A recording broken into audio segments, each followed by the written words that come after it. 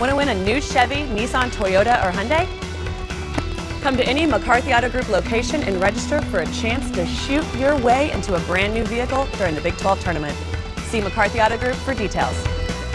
Now, Todd Staley joins the RacinBoys here on RacinBoys Radio. Todd, how you doing? Not bad. How are you guys? We're doing pretty good. So is Mother Nature going to be good to you down there tonight? I don't know.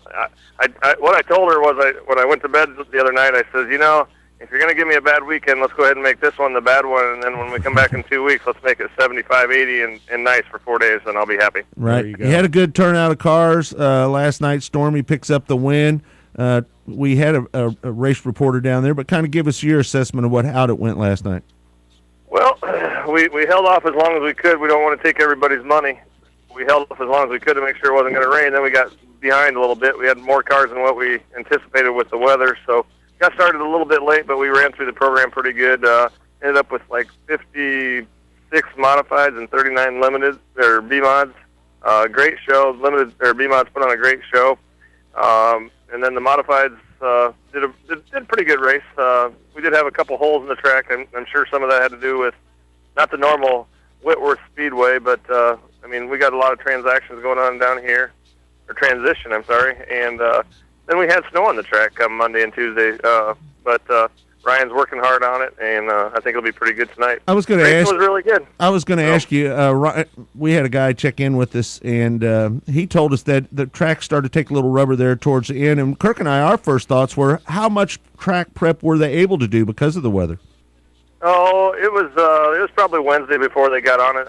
They had it pretty decent, and I don't know that it was taking any rubber. They were still racing all over the track. Yeah, I wasn't there, so it was getting a little dark. It was getting a little brown, but I don't think it was taking any rubber yet. Okay, and, all right, good. But I know that they got on it about Wednesday, and Mother Nature needs to start cooperating. Last year she was great in May and terrible in April. This year she hasn't been very good in March, and this year she hasn't been very good in March. So hopefully Mother Nature will hold off today, and we'll be able to get our second day in. You mentioned the Whitworth family. What's the feeling down there? Ron's not there anymore, but it sounds like the family is ready to take on the duties of running that racetrack, but a little surreal with him not down there last night, I'm sure. Oh, it definitely is. Ron was a great guy. He took a lot of pride in everything that he did, and I'll tell you what, it's hard. We've been coming here since 1999. We got to be good friends with the Whitworth family, and it's hard. And then when you walk around here and you see all these shirts with Ron looking down, it's I don't know if I could do that as a family member, but he's truly missed, and these guys will do good. They're working hard, and it'll be a great year for the Humboldt Speedway. Well, he left a great legacy that I'm sure that he very much had planned on for anything to happen to him to carry on, and it will. Mm-hmm. And I think he would take very big pride in that, his family carrying on the legacy that he started, no doubt. Oh, I definitely agree. These guys have done a great job. I remember the first year we come here, I think we might have had a cow on the backstretch, and these guys have done a tremendous job. And I'll tell you what, I'm looking so forward to next week or 2 weeks race when we come back down here for the King of America. We got about 125 modifieds already entered, and with what we're doing on the B-Mod payouts, 500, 2,000, 1,000. I hope we don't get too many, but I'm pretty sure we're going to be over 200 cars for the 3 days. Wow. This King of America event has really turned into one of your premier events. Just kind of talk about how that got started and some of the traditions behind that down at Humboldt Speedway. Well, we just started the Jamboree our first year 14 years ago, and now we're on our 15th season. We started that, and I always wanted to get something going down in this area, and this year we cut it back a day. We know that, this isn't Rochester, Minnesota, where there's the money that they have up in that area, and so we cut it down a day. We give everybody their entries back if they pre-entered. We drop the purse a little bit. Still a great payout. It's $10,000 to win, $1,000 to start, but there's no entry. You got to pay for your pit passes as long as you're pre-entered. And it's just one of those deals. We wanted to start something again, and now we're going to have a couple more new traditions that we're going to start. Hopefully, if they go good, we're starting. We're going to have a big race in Salina High Banks at the end of the year, the Lakeside Speedway at the end of the year, and I want to keep giving to these guys, good races as long as the fans can come out and support them. And I don't want to get rich. I just want to not lose my butt. So. I understand that philosophy myself. You mentioned Salina High Banks down in Salina, Oklahoma. And we go there and broadcast the Lucas Oil ASCS National Sprint Car Tour a couple times a year. And I try to tell people, if you want to go to a great track where you're going to see death-defying slide jobs and high-speed action and really just fantastic facility on top of it, you've got to go down and visit Salina High Banks in Salina, Oklahoma. Oh, my jeepers. Keith Sanders, and then there's about three different owners in that Right. thing now. And we used to go there when Paula Fox owned it. And I'll tell you what, these guys come in here. They've built a tremendous facility. I mean, it's top-notch everything. They got a nice bar upstairs for after the races, and holy cow.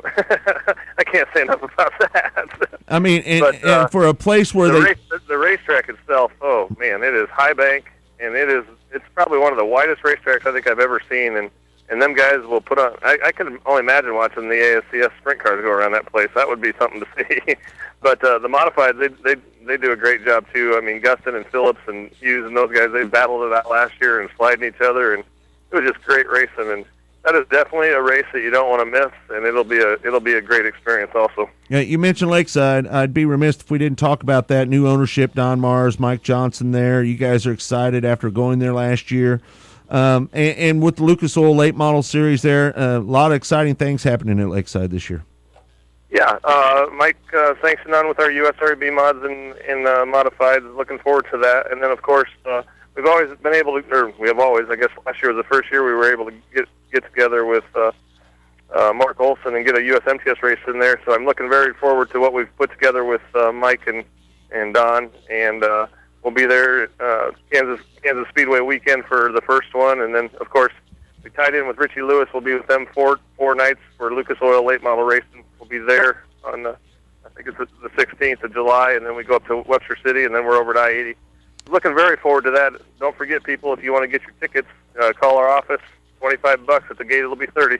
Yeah, we have the tickets. We'll mail them out to you. So, and then of course we come back for the hunt race, and then we're there for the 3-day fall extravaganza, and looking forward to doing it. Yeah, hey, let me ask you, Todd, and I hope you don't mind me, but do you ever worry about going into a market too much, oversaturating your product a little bit? How do you determine the timing when you go into a market and how long you're there and when you come back and moving on to the next market? Because that is really one of the biggest chores I'm sure that you have. Oh, definitely. I mean, last year we went out and said, okay, our new deal is we really moved our schedule around so people can't see us so often, and that was one of the things. Was we said, okay, no track's going to get more than 2 races, and I mean, not counting their big year-end specials or stuff like that, but two we get one Casey's Cup race and then a hunt race, and then so we had this all put together, and then Richie Lewis called and he's like, Todd, you want to put together a 2-day swing? And it's like, oh man, where do you want it? And he says, how about Lakeside and somewhere up north of there? And I'm like, I'll work on it. So then I got this whole deal put together, and so we're there in April, we're there in July, and we're there in August. So I think they're the only racetrack on my schedule that actually got more than two good races. Mm-hmm. So yeah, I mean, it's a tough deal. We want to go to good racetracks. Not that there's bad racetracks. Right. We want to go where fans can see a great show. And last year when we were at Lakeside and Salina and everywhere, I mean, pretty much all of them were good shows, and that's what we want to put on, a good show for the fans. That takes care of itself, really. How big is it, Todd, to be part of a combo event with a major dirt late model series like the Lucas Oil Late Model Dirt Series? What will that mean to your series to be able to have that opportunity to race with those late models? That's the biggest thing is so many people that over the years, I mean, people have learned who USMTS is and what kind of racing we bring, but one of the things that we can't convince is people, sprint car fans and late model fans are like, it's just modifieds. Who wants to go watch them? They don't put on good shows. Oh, door bangers, right? yeah. They cause a bunch of yellows, drag the show out. And a couple years ago when we got together with World of Outlaws, UMP, up at Cedar Lake, and the World of Outlaw late models, and then going over to I-80 and tying in with Joe Kosiski on that race, the fans walked by our trailer after the races and they said, "Wow, now that's some racing." Right. And even the drivers are sitting up on the late model drivers are sitting up on the trailers and just talking, and they're like, them guys, they get after it and they put on a great show. And so I mean that was our biggest thing, was just getting together with those guys so fans can actually see what kind of racing the USMTS can bring, what kind of drivers we got, and obviously it proves itself. Stormy Scott and those guys go out and jump in late models and they race right with those guys, and right. And I think it's just awesome. I wish we had. I mean, Tim told me from the World of Outlaws, Todd, I wish we could do 64 dates together and just be USMTS World of Outlaws and go do it. I would love to see USMTS with the Lucas Oil ASCS National Tour. That would be awesome. Maybe someday. Never say never. Hey, Todd, before we let you go, we had a poll question, and I don't know if you heard, but there was a lot of fodder on our forum board about USRA B mods, and we put a question up on our website for those people that were talking about it. I think there's been like 5,000-6,000 views and almost 100 posts on it. Should there be crate motor / exchange rule for the USRA B mods? Can you take us through your philosophy on that and why the crate motors there isn't a claim, but there is a claim on the other motor? The biggest issue that I have with the exchange on that is if someone does cheat it up. Right. If someone has cheated up a crate motor, and then all of a sudden they make an exchange, and then 2 weeks later they go somewhere where they do check it, and they get popped for an illegal motor. Yep, exactly. And they get caught with something illegal, then who's the one that's going to get blamed? Mm-hmm. That's my biggest issue with that. Where, I mean, yes, I think that there should be some kind of an exchange, but that's the thing that bothers me the most. And I think if you're doing your job and teching the motors, my biggest issue with the crate is and I've asked other people is why is it that they get a 4-barrel? Right. And I've been working my tech man on that for quite some time, and I mean, why are they different than the other motors? I mean, they produce the same amount of power, and if someone wants to run a crate motor, I mean, that's great. One thing I do want to say about I have had some griping from the Kansas City area about how the USRA rules are, and one thing that drives me crazy on that is I know what it costs to run this race in general, and it's expensive. I mean, it is. But we have put together some rules, our alternative rules. We had some tracks from Wisconsin call us, and we have a flat tap at basically a flat tap at IMCA steel motor. We do allow a quick change, so I mean we have those rules available to tracks if they ever want to use them. A lot of people just don't. I mean, I don't know what the deal is, why they don't use them. Right. I know that some tracks, that's the kind of rules that they want, and I mean we do allow a quick change, which is cheaper and safer. I agree. Yeah. And it gets frustrating once in a while. Well, everybody wants to nitpick the rules, obviously, and most of the time those people that are doing that have their own agenda, and that's the reason that they're doing it. Have you ever thought about doing an exchange to keep people in check with crate motors? And the reason I say that is that I was in crate motor racing for a while. It was on pavement, and, you know, at the ASA level, and we run the U.S.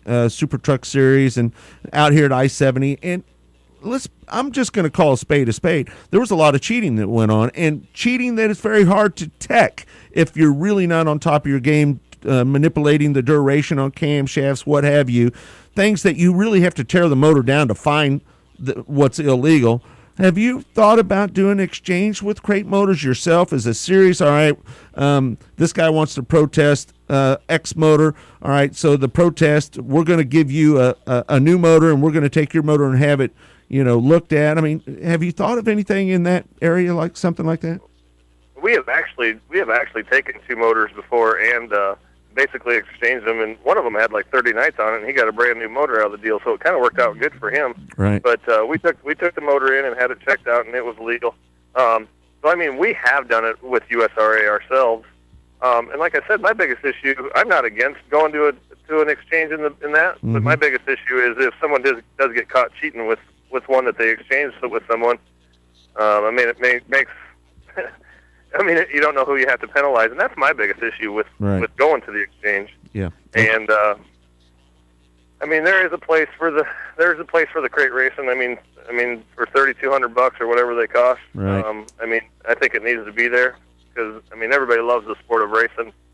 Yeah. And once it's in your blood, it's hard to get out, and we don't want to see people. We definitely don't want to see if people spend within their means, they're racing in the class that they should be in, and that's what we want to see. Right. All right. We definitely don't want to lose them. Before we let you go, what is the plan if Mother Nature gets you tonight? Are you going to run on Sunday? Kind of let the listeners know what they can expect if Mother Nature does set in.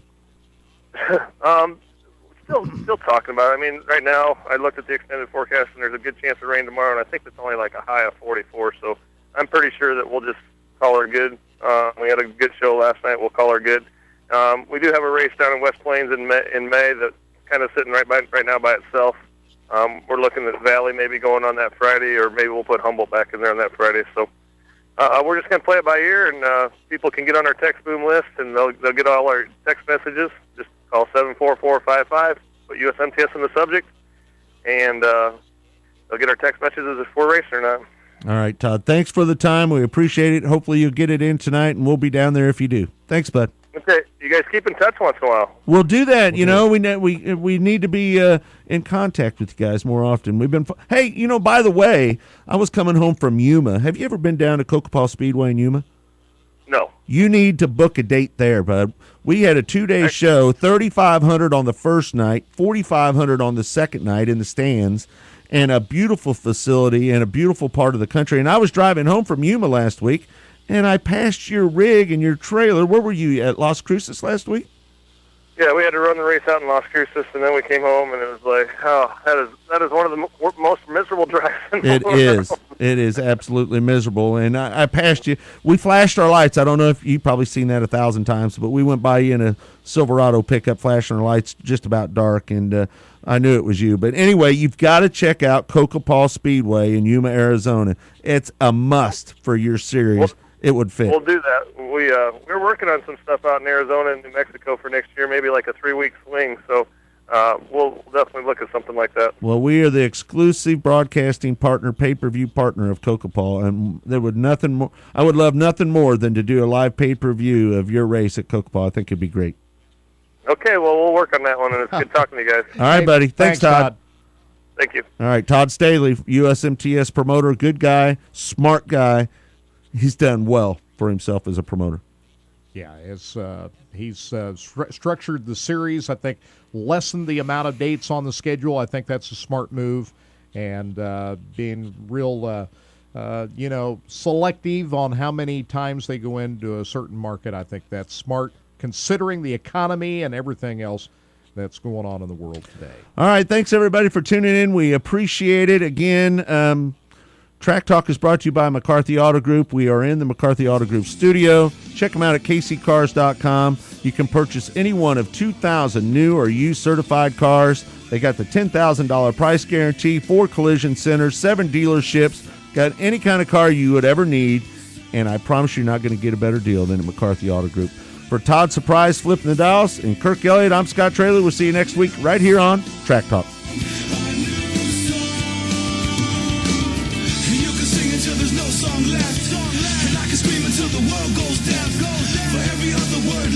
You should have took the time to read the sign to see what it meant.